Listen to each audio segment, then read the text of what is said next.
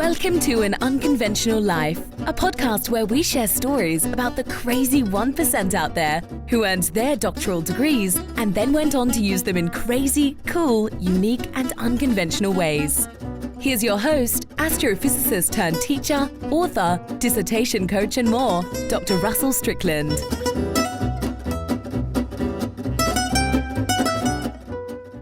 Welcome to An Unconventional Life. This is your host, Dr. Russell Strickland, and today I have with me Dr. Teresa Spaeth. Dr. Spaeth currently serves as the Dean Chair of Rural Engagement and Director of Strategic Initiatives at the University of Minnesota, Crookston, and she's had a very interesting path to get there. She's worked for years with small rural businesses, loves to work with people on crossing the urban-rural divide. And I can't wait for you guys to meet Dr. Spaeth and to have this conversation, have her share her journey with you. Dr. Spaeth, welcome. Thanks for being here. Thank you so much, Dr. Strickland. I appreciate your invitation. I feel honored that you would want me to share my story and hopefully help a few other people get through this journey. I'm sure it will. And speaking of the journey, our episode today is brought to you by Dissertation Done. At Dissertation Done, we help adult doctoral students get through the dissertation journey. And so if you are about to start on your dissertation, if you're struggling with it currently, if you've all but given up that you'll ever finish it, reach out to us at dissertationdone.com/done. That's dissertationdone.com/DONE. And we can talk to you about maybe joining our Fast Track Your Dissertation coaching program, where we help students save usually a year or two off their time to graduation. And we get folks to graduation because, as we've talked about in a previous episode, there's about a 50-50 chance going in. So whether you'll be successful or not. Dr. Spaeth was just sharing with me, her experience was a little bit worse than that with the folks that she knew in her cohort. So we'll get to that in a few minutes. But dissertationdone.com/done. And if by any chance you graduated or you're out there trying to share your expertise and you want to get to a wider audience, you want to expand your authority platform, join me at dissertationdone.com/book. And writing a book is the way to do that. Becoming a published author is the way to do that. And we'll take you from a blank page, even if you don't have an idea what your book will be about, we'll help you get it out there, written and published, so that you can expand that authority platform and help those people that you were called to serve. Again, that's dissertation.com/book. But enough of that. Dr. Spaeth, thank you so much for joining me here today. I want to welcome you, and we've talked a little bit about your story, and I can't wait to share it with everybody in the audience. Thank you. Thank you. So starting off, you had mentioned that like a lot of our students, you had a career before you decided to pursue your doctoral degree. You fit into that camp that I call the unconventional doctoral student. So you weren't, 20-some-year-old kid right out of college going to be a research professor. You spent time in the trenches. You've worked with people, and you had a career. Tell folks about that, your background, and then what got you thinking about a doctoral degree. Well, I actually grew up in a suburb of Indianapolis, relatively well populated, and fell in love with a farmer. He was actually a commodity broker that decided to go home and save the family farm. So in one fell swoop, we went from a relatively affluent suburb of Indianapolis to the poorest county in Monoma, an extremely rural area. Wow. And I found myself needing to create opportunity. And I noticed right away that people are people wherever you're at. It's not necessarily one person more intelligent than another, but maybe people have more access or have more encouragement and things like that. So I became extremely interested in crossing the urban-rural divide. And I think you just said something that strikes me, is I felt a call to serve, to use the gifts and the opportunities that I have had to kind of bring that to new people in a way that they may have not had opportunities in the past. So I started working. I had several different positions, but I worked primarily for a research institute that specialized in using innovation and technology and helping small rural businesses either to expand or go into entrepreneurship. I started as the accountant, so I was in a different position at that time, but became very passionate about this concept of connecting urban and rural. I live in Minnesota, and we have a lot of Fortune 500 companies and a lot of innovation like 3M and Medtronic, and a lot to share. And in my journey, I started as a financial officer, and I eventually ended up as the executive director In my journey, I learned that there was a lot of people willing to share that felt a call to serve too. But as a research institute, eventually, I became the executive director at a relatively young age. And then I realized a few years into it, it's like, wow, where's my career going to go? Where's my next thing? And where are my opportunities? And if you're a research institute, I do feel you kind of need to have a background in research to be credible. And I was fortunate, because of the organization I worked for, to meet many university presidents, provosts, deans, and create a lot of projects with them. But they all kept saying, you really need to get that dissertation. You need to go back. You need to get a Ph.D. I had an MBA, and I'm like, well, I have an MBA. What are you saying? And they're like, no. Right. In the world you're meeting in, a lot of people whose first name is Doctor. Yeah, it helps. And I can say at first I'm like, oh, come on. But it does make a difference. It really does. And so I made that choice. I felt the call to serve. I made the choice to go ahead and do it. Tell us more about that call to serve, because you're right. I talked to a lot of doctoral students and a lot of former doctoral students who graduated, new doctors. And that's a common thread. There's two things I hear a lot about. It's that someone that they want to serve. There's some passion that they're trying to enact so that they can really make the world a better place, quite honestly. And then the other thing that we hear is that they ultimately end up identifying as a doctor. And I don't know if you ever had felt that at any point, because you said you thought the MBA was good enough and all of that. But a lot of our folks, when they decide to go into a doctoral degree program, it's almost an after the fact decision, because they already identify themselves in that way. They just have to make it real. So maybe I should say I accidentally fell into the PhD program. I was working on a particular program in Minnesota for renewable energy, and I was working with two different university systems, the state system and the land-grant institution, and many deans. And I was frustrated, and I was talking to the provost about it one day, and she said, Teresa, I think you should take a class or two in educational leadership, because you really need to understand the differences in these universities, and maybe understand a little more about why they're fighting. And so I took like 3 classes over a summer in educational leadership, and by gosh, that program grew by leaps and bounds. It actually ended up becoming a national program. But I was out of the program for about a year, and I got a call from the dean, and he said, we've been talking about what you were adding to that cohort, because in the particular program I was in, it was cohorts that go through at a time. Okay. And he said, how many people were in your cohort?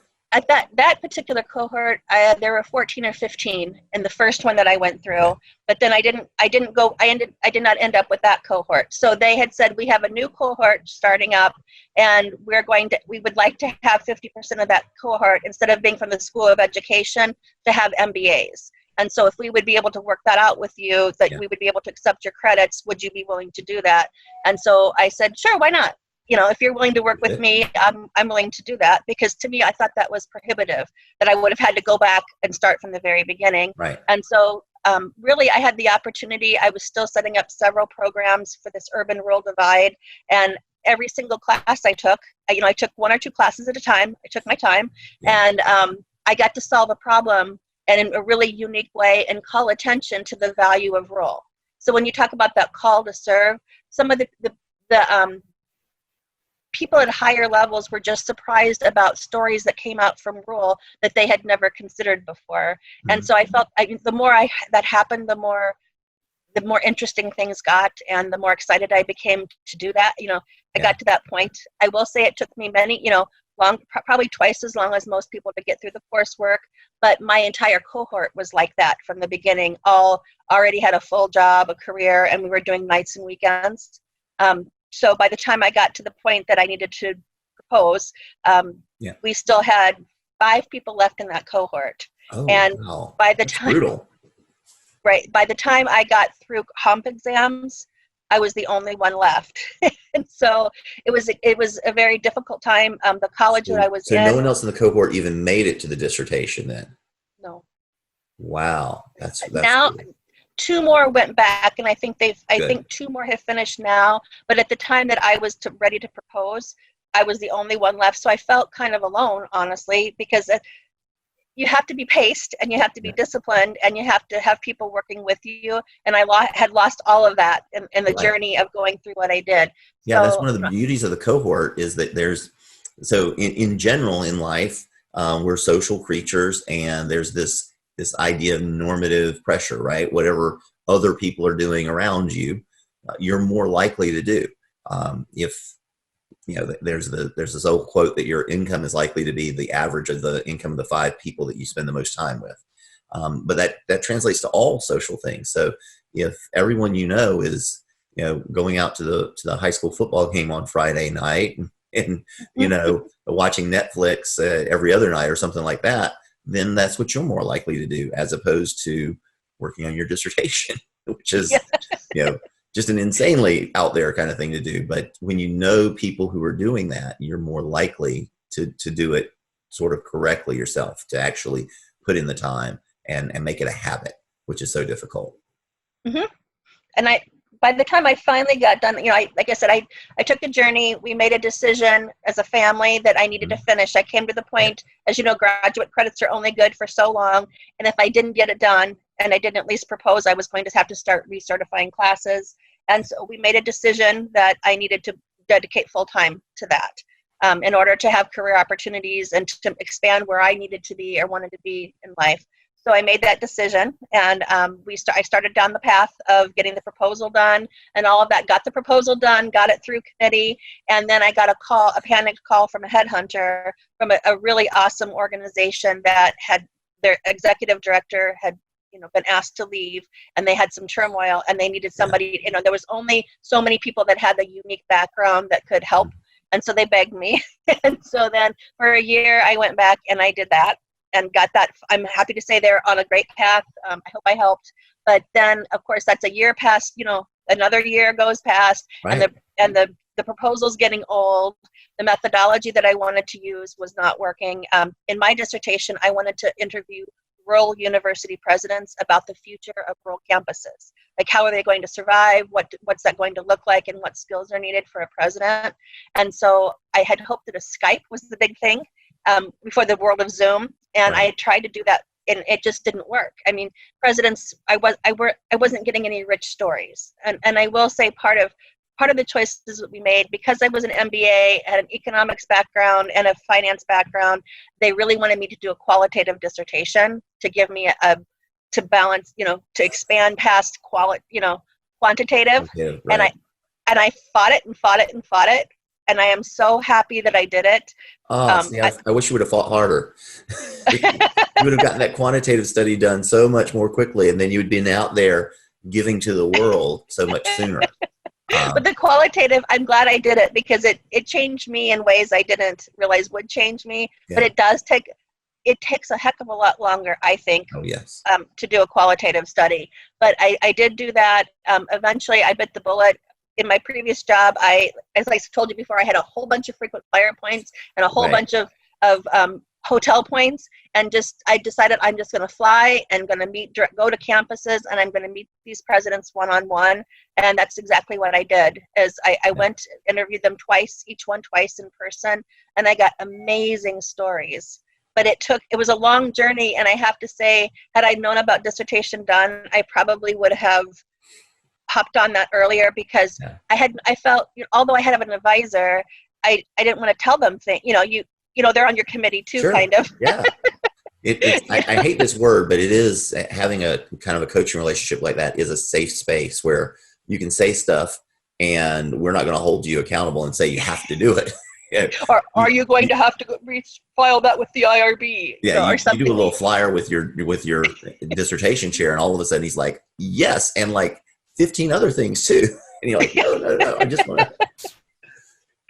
So I was lucky enough toward the end that I had a provost that retired that kind of adopted me and said, you're going to get the dissertation, obviously you're going to get your dissertation done. So she kind of held me a little accountable every month. So where are you at today?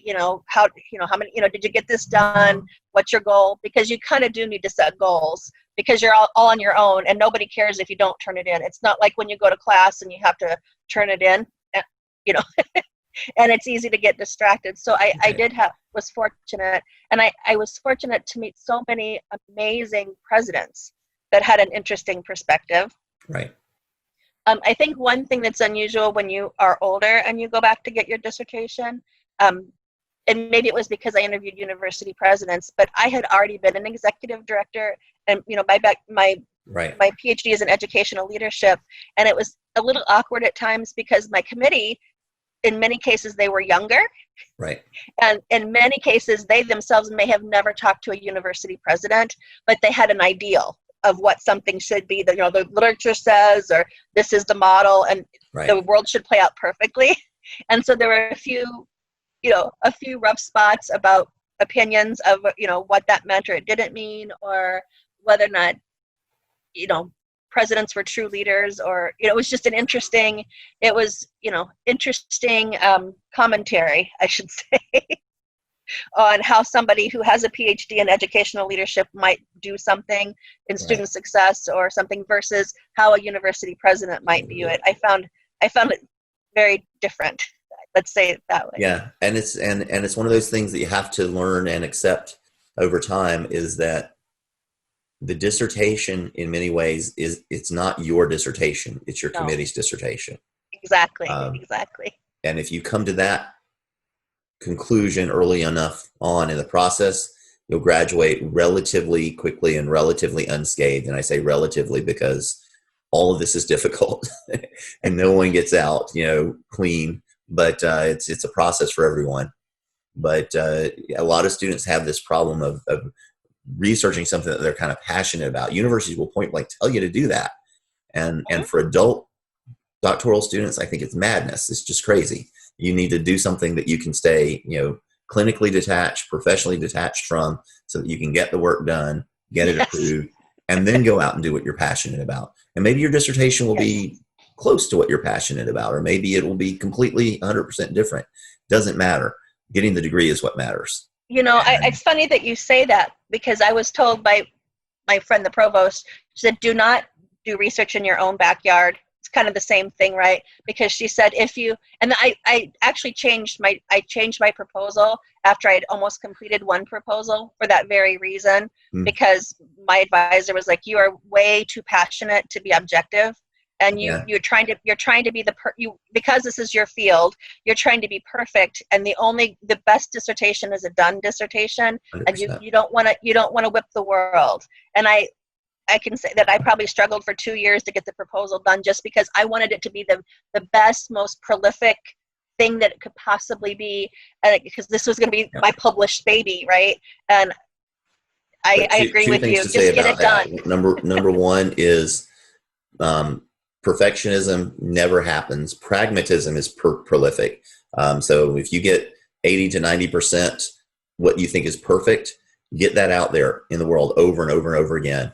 And the people that do the best in life are those that aren't perfect, but are pragmatic, that get good work done and get a lot of it done. And the second thing that I would say about that is, you had mentioned that that you wanted to get the dissertation done. I would say doing the research in your backyard, if it means you've got connections and resources and the ability to get the research done, is a good idea. You just have to make sure that you're sufficiently professionally detached so that you can just put the dissertation in a box and get it in and out and be done with it. That's what's hard for a lot of folks. So don't leave your passions behind, but if you have resources, you have assets, use them to get your dissertation done. That's very, very valuable. And that's when I redesigned it. That's what I did. I looked through where did I have networks that existed that I didn't have to reinvent the wheel, but not do it specifically in what my organization was doing, so that I wasn't caught up in the trials and tribulations and the passions of those, but rather I realized that I had a lot of access because of the Research Institute to university leaders. And so ultimately that's how I decided to do what I did. Yeah. See, that's where I would say that a quantitative project helps you with that as well, because you don't have to worry so much about being passionate about a quantitative project because the numbers say what they're going to say. Yes. Qualitative has this more subjectivity to it. Sometimes it's a little harder to know when you're done, this sort of thing. So if there's something you're really passionate about, you can always go out and do that after you graduate. We help folks all the time to get their books out there and get them published, to get the interesting stories, get those out. I'm with you on that. I'm with you on that. Very much so. because your mileage may vary, but for most students that I know, there's approximately 0 people that read their dissertations after they graduate. Exactly. And if you're okay with that, because hey, it's a school project, right? Who reads your school projects? It's a huge one, and it is published, so you might think it's going to be different.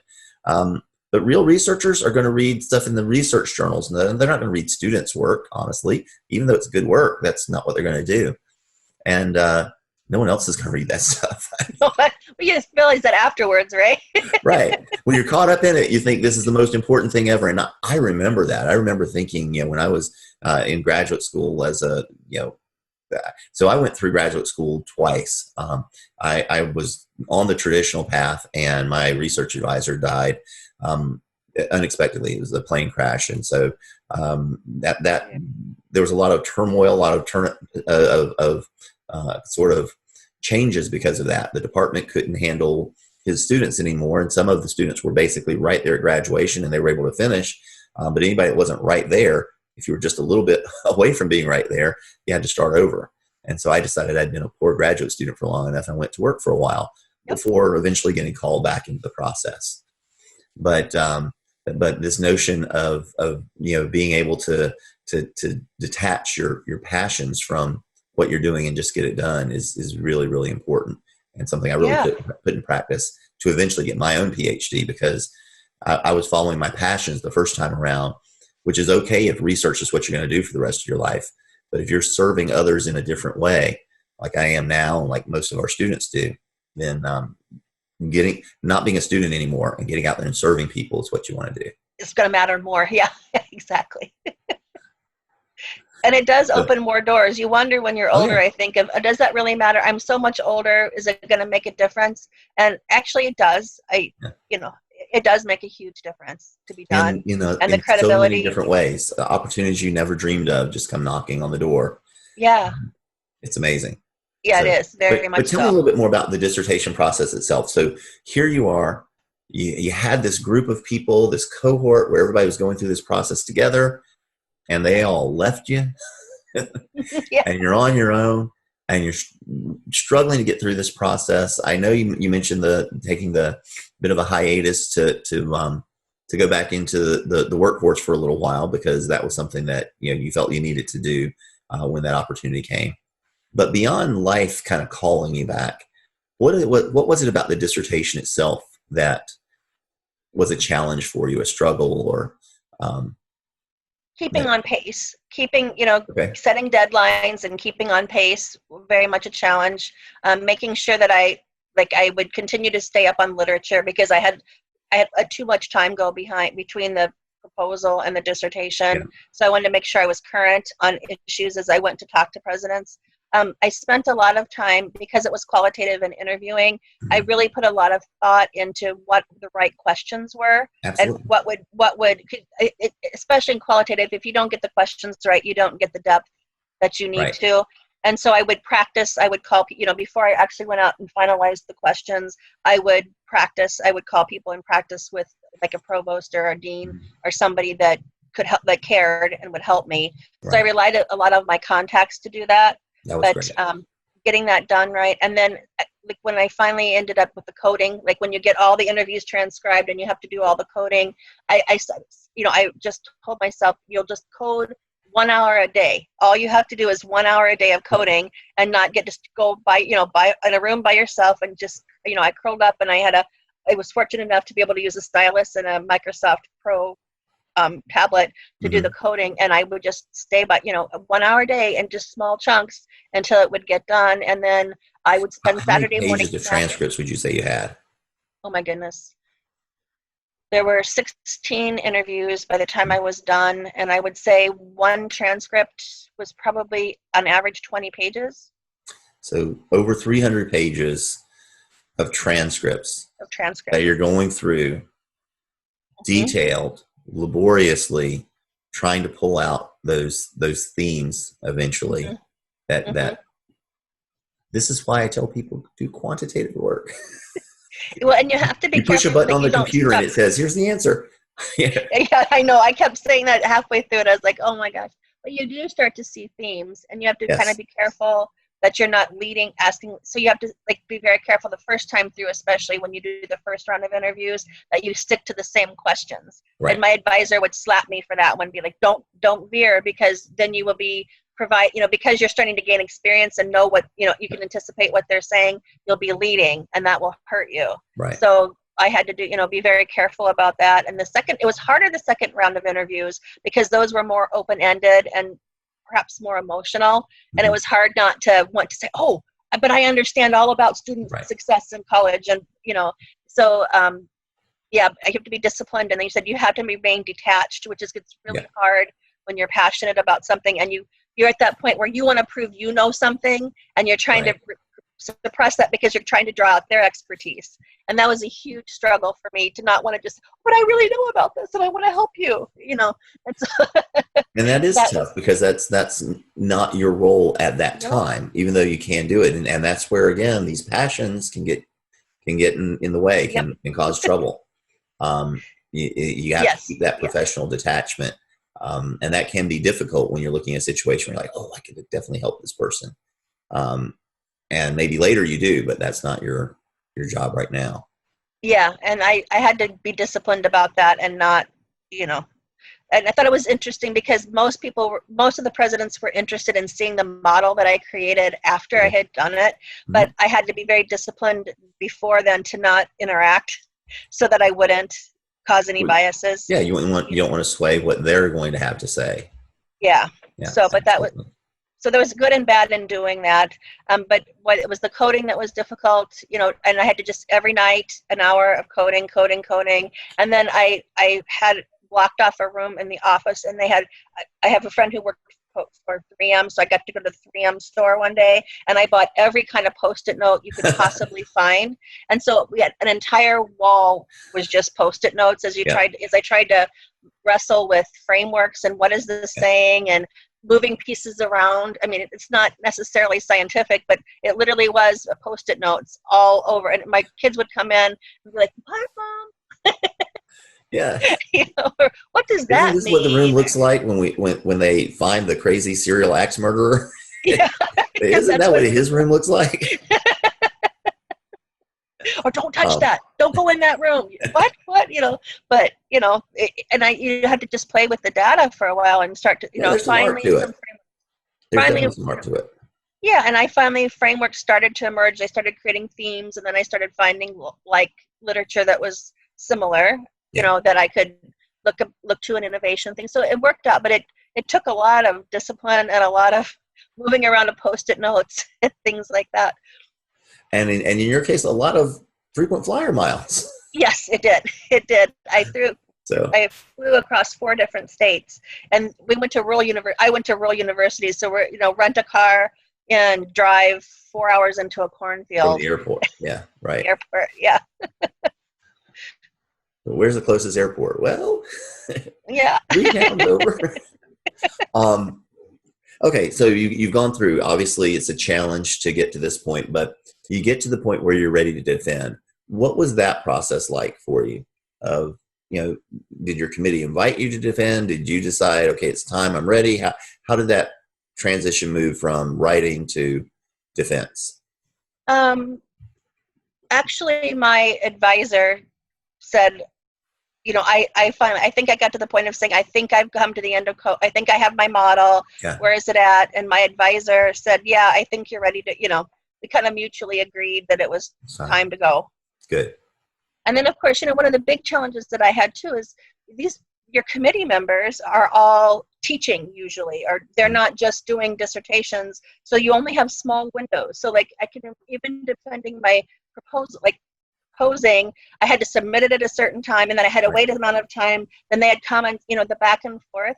And that was one of the difficult things when I was working that was causing trouble, was to get my schedule in sync with what theirs was. Okay. And even when I wasn't working, to know, okay, now I've got this section, I've got to get to my advisor, and that person's going to take 3 weeks to get through the comments and come back.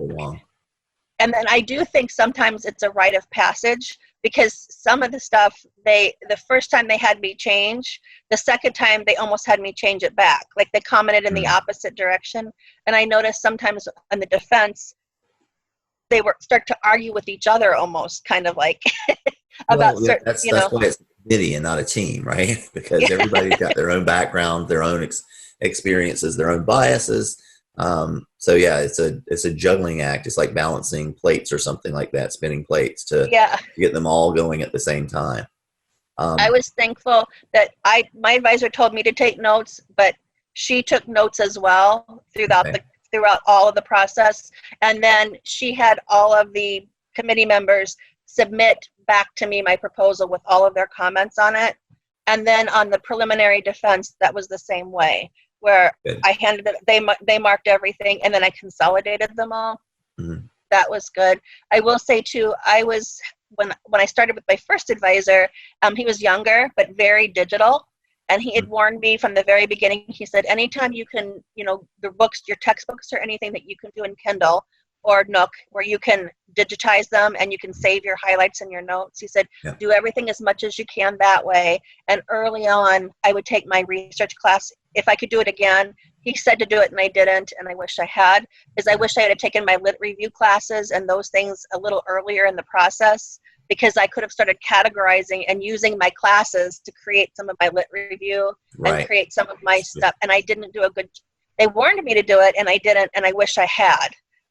Yeah, it's always, if you can start thinking about your dissertation earlier while you're still in your classes, there are definitely ways that you can leverage the work that you have to do for your class anyway, because you have to take those classes and leverage it into your dissertation. So that's a good point. The digital thing, everybody's got to kind of take their own stance on that. I know some folks who are just still all paper and that's what they do. And we need our trees, but if paper is the way that it works for you, then do what works for you. I was at a point when I went through the dissertation process for myself, all of my journal articles were digital, except that they were pictures. So it's like they took a picture of the article and put it in, and so you had each page was a picture. What that means is you couldn't search the articles. You couldn't go through. So there was still information in the library, keywords, things like that. But when you try to go in and actually find, okay, where was he talking about this theory or this concept or whatever it might be, couldn't do it then. I still went fairly digital on my end because I felt like that was, it made sense to me. But I was right at the point where I think it might have made sense to make that transition. I'd advise people to do that now if they can, but again, to each their own. If you've got a system that works for you, particularly if you think, hey, I'm older, this is what I've been doing for my whole life. It's always worthwhile to learn new skills, but don't do that when you're also working on your dissertation. There's enough for you to do on the dissertation side to not try to learn like the entire digital age and all of these other things at the same time. I agree. So awesome. All right. What was the defense experience itself like? Well, I didn't realize there was a preliminary defense and then a final defense when I first did. I was scared. because it was like, oh my God, I have to get a job soon now. I mean, I can't be doing this. And and so I was scared to death. And the first time they were like the preliminary, they were far, like I said, I thought it was almost like a rite of passage because I felt kind of beat up when I got done. And I was like, oh my God, will I ever be able to get all these things, all these things done? And by this time I had a friend who was a retired provost helping me. And she's like, Teresa, this is why your advisor had you take notes, and had them turn in their notes, because when the second time around, they're only going to look at the comments they had to make sure you change that. So she said, don't. That's the way they should do it. So she's like, by the time, she said, read all of their comments. Don't take them to heart. Don't take them, you're almost there. Don't break down and say, oh my God, I'm going to have to redo this whole dissertation because that's not, So I did take all the comments and I went through and I fixed, fixed that part. And then I went back through and wove through segues and rearranged things that maybe made more sense.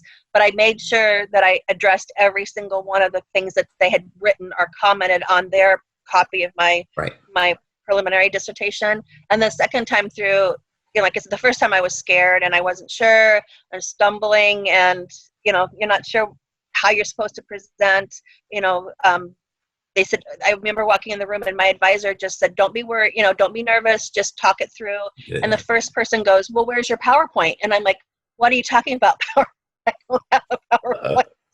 And so I choked, and it's like, oh, it's okay, calm down, it'll be fine. My advisor was kind of there, but I was scared, and I thought, at this time, honestly, I was older than almost the entire committee, except for maybe one person, but I got through it, and they were, like I said, there was a lot of detailed questions, and sometimes I thought, why would you even ask that question?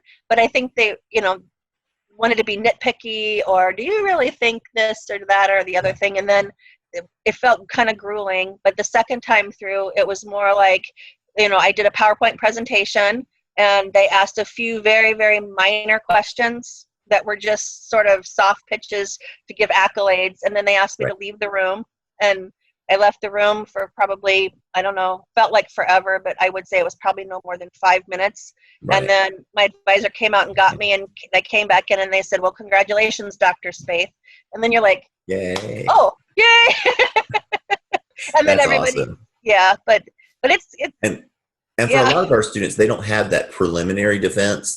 Most people's experience is what you had for the final defense, because the preliminary defense for a lot of folks happens in editing the dissertation. The committee sees the dissertation, and they're going through and giving you their edits and tearing things apart and all of that before you're standing up there in front of them. So by the time you are standing in front of them, it's all the pats on the back. And like I said, it seems like softball questions. By the time you get there, if you ask somebody else, they would probably really choke over those questions, but you're there for a reason. You're ready to be there. And so those questions that you think are softball questions are in fact not really. Well, and I was surprised too. I guess because I didn't work in higher ed, I may have been more cognizant if I had done that. But I didn't realize they made a public announcement and invited the public, and that it's live on live broadcast across different, they had a couple of different campuses, so that's beamed into a different campus. I didn't realize that was going to happen. I thought it was just going to be my committee, but other professors that had been my professors were there, people, and all of a sudden I'm like, oh, and I know that people who were in higher ed were aware of that, but that wasn't me. So I wasn't aware that was all going to happen. So again, a lot of folks, their experience will vary, because a lot of them, it is just their committee, and a lot of folks are doing these things virtually these days.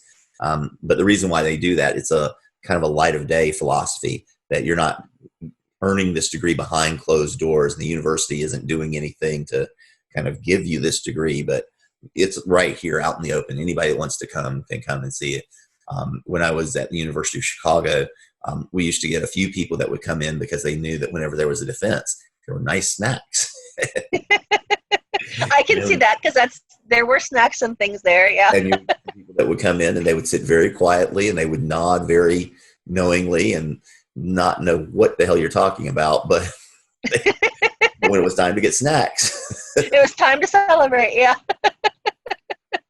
So that's an interesting, little tangent to that light of day philosophy. Yeah. But so now you'd mentioned before, Dr. Spaeth, all done, spiffy new degree. What comes next? What opportunities start knocking at that point? Actually, I set up my network.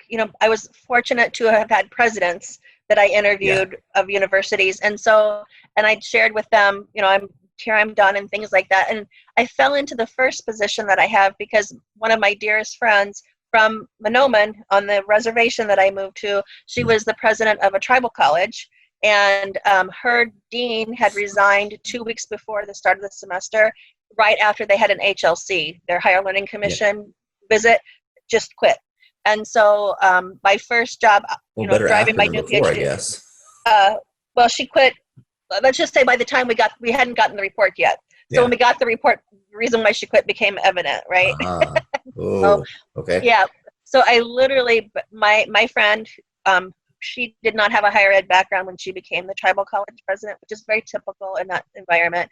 Mm-hmm. And so here I go in, and we were just talking on the phone, and she didn't even think about my PhD, and she's like, "Oh my God, I don't know what to do," about all this stuff. And I'm like, "Lorna, I just finished my PhD in educational leadership, which is basically a degree on how to run a university. Do you want my help?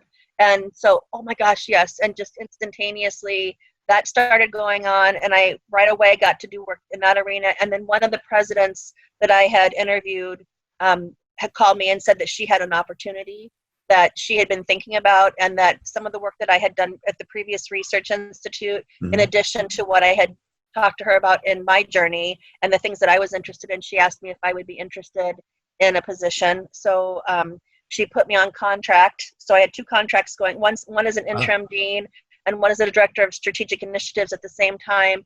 And then eventually she created a position on one side at the University of Minnesota. And then that takes a long time because the hiring process, as you know, in a university it's not slowly. a path straight forward. It's slow, and it's Particularly when you're creating a position. Lots of committees, lots of proving yourself, lots of, but I was fortunate. I had a contract in the meantime to get my feet wet. But then finally, that all came to fruition, and I ended in a position that I really love, that, is a newly created position that was from an endowment that they had a chancellor before she had many, had endowed a chair and then never hired the chair. So the corpus kept building money. So it was kind of really cool to be walking into higher education at a time when all of this chaos is going on, and then to have a fund to know you're relatively secure for a few years, to get your feet underneath you, and to really look at innovation in rural higher education in a way that nobody else has even the time or the funding to do it's an awesome opportunity for me to be able to do that. And so it's pretty obvious from what you said, but tell folks, how did the PhD come into play with these opportunities? Are these things that would have happened without the PhD? No. Oh, absolutely. Well, obviously, having my background at the tribal college, one thing that was unique is in our state, we have a new university president. So she wanted to do more work with Indigenous communities to begin with, but she was just coming on board when I was finishing. And so I would have absolutely never had the opportunity to be a dean. I mean, how do you walk into an interim dean position when you're fresh off a PhD in educational leadership? Only because I had that, though, would I have ever been able to do that. And I wouldn't have known what I was doing. Because of the particular type of PhD I had, I already knew elements of student success, elements of academic, I knew what those roles were like. If I didn't have that PhD, nobody would have accepted that, right? Yeah. And had I not, one of the struggles that I had in my previous executive director life in running a research institute was researchers don't really take you that seriously if they don't think you understand. And it is a process, and it is a different way of thinking. And it is, as you know, it is a discipline in and of itself to get through that process and to think about it. And so there's a tremendously different level of respect that people show me now because they know I came through the gauntlet with everybody else, right? You're an equal and you're a peer more so than I want to say before, when I ran the research institute and I was an executive director, they're like, oh, you're rural and that's nice and we'll smile and we think that's, but I wasn't their colleague. Now I'm on these committees that just blow my mind, and I think, wow, I may not be the president of the university or the head any longer, but there's nothing like I'm at an R1 institution, right? And there's an expert in just about anything I can think of, and they can't wait to tell you their story, right? That's true. And so it's just amazing the opportunities that people work back and forth, and it's a collegial experience, and I didn't really understand that before, but it does open doors in ways. There's a lot of backbiting and infighting. Oh yeah. Most assuredly there's that. But it's nice that you found a place that's more friendly and, as you said, collegial. Yeah, and I get to do something on a professional level because research does make a difference, and understanding how to do research, and especially in this world where the difference between Google and Google Scholar, and how to find fact and truth, right? Especially in rural, because people don't pay attention to rural as much as they probably should, and there's a lot of divide that happens there, and then there's nobody really paying attention, and saying there's just not enough critical mass to pay attention to how would things that we're seeing in the urban environment apply in the rural. Right. So it's kind of fun for me to be able to bring that opportunity and bring that credibility to that. So what are some of the things are there specific initiatives you can talk about, specific projects, things that you guys have done to bridge, as you mentioned, that urban rural divide? Yeah, so one that we're working on that we just launched a cohort this month. I wrote a grant for a program to do technical assistance in business and career development for the Latino population. Okay. And so in rural areas specific. So what we did is we created a program, and having to do it in a pandemic was not what we applied for in the grant, but we had to figure that out. But we developed through a learning management system a program so that individuals who are interested in exploring their future, whether it's a future career path in a living wage job in rural areas that can be difficult. So Right. helping them find a career path that will lead to a living wage job, or helping them explore a path for entrepreneurship or a path for business development, or maybe even, especially in rural communities, succession planning, because maybe the restaurant owner that's been there for 50 years is not going to reopen that restaurant, but maybe Right. that's an opportunity. So that first program there, we are launching this week, and it's oversubscribed. When we wrote the grant, we were hoping to get a cohort of 10 and ultimately run 3 cohorts of 10, and we already had 30 in the first cohort. Wow. So that's pretty exciting, and we've translated things into Spanish, and we've been very culturally relevant and consulted with individuals to do that. So we're super excited about that program. Another program I'm working on is in the Crookston campus is very remote from the main campus of the University of Minnesota is in the Twin Cities, so extremely urban, but there's a lot of amazing innovation and a lot of things that happen there. So we're working on a career pathway for animal and food science, because there's this lingering theory in our thought that rural or agriculture is lower, but there's some really awesome jobs, and there's some well-paying jobs and things that if you do get a degree in food or animal science, or especially veterinary medicine, you'll have a great career, more than a living wage job, and a great future. So we're developing pathways to reinstill and help underserved communities and underserved individuals realize that it's not just about working in a meat packing plant, butchering Right. something, that there's other opportunities, and there's meat science, there's food safety. So we're creating those pathways. That's And awesome. so that's an awesome pathway. And then of course, in Minnesota, we probably all know about the George Floyd riots, and we know about Native American communities are very similar in the fact that the George Floyd riots created food insecurity, food deserts, because so much devastation occurred. And Right. when we have reservations, we have a very similar situation, and very remote rural communities in the pandemic are having food supply chain problems.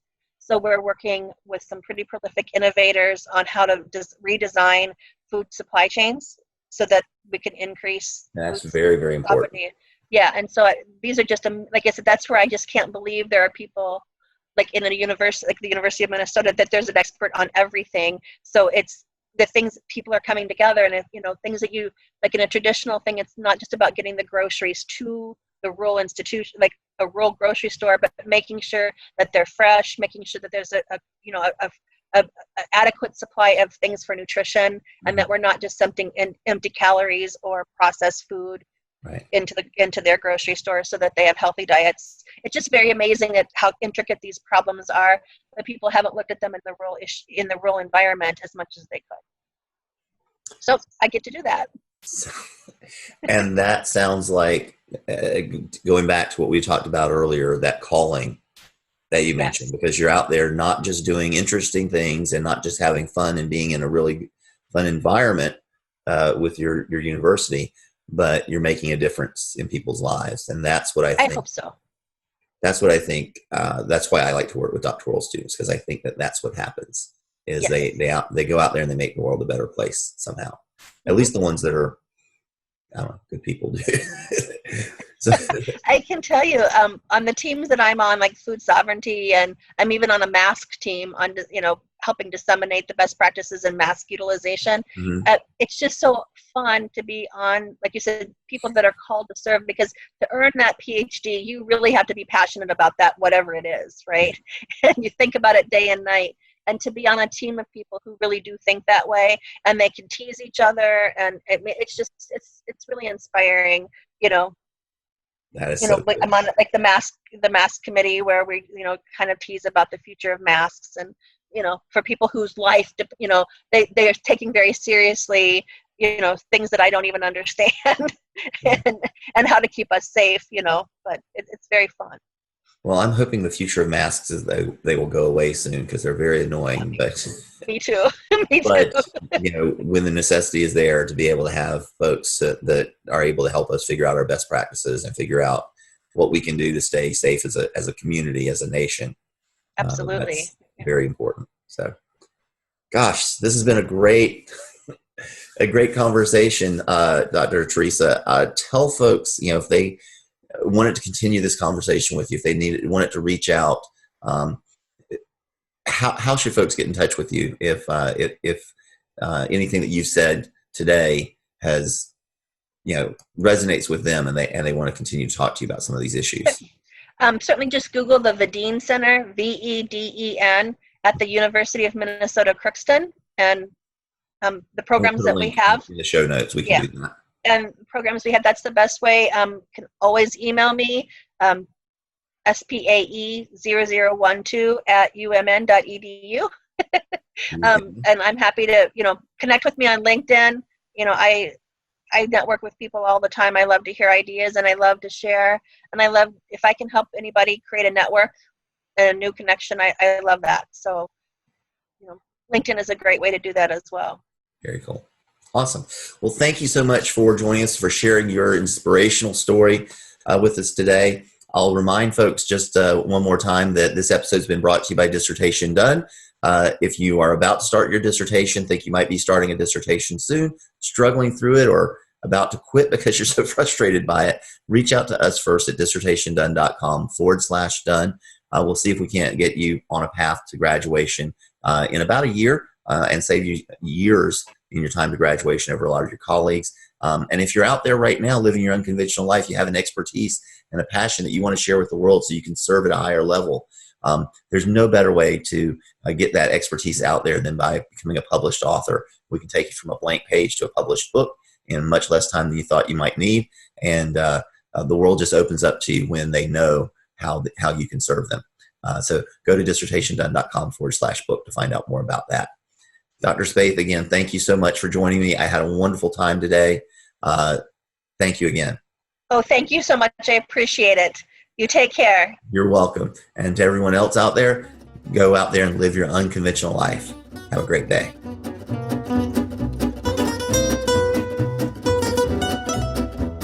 This has been An Unconventional Life. Thanks for listening. If you enjoyed today's episode, subscribe now to keep getting inspirational stories of unconventional lives as soon as they're released. Until then, go out and live your best unconventional life.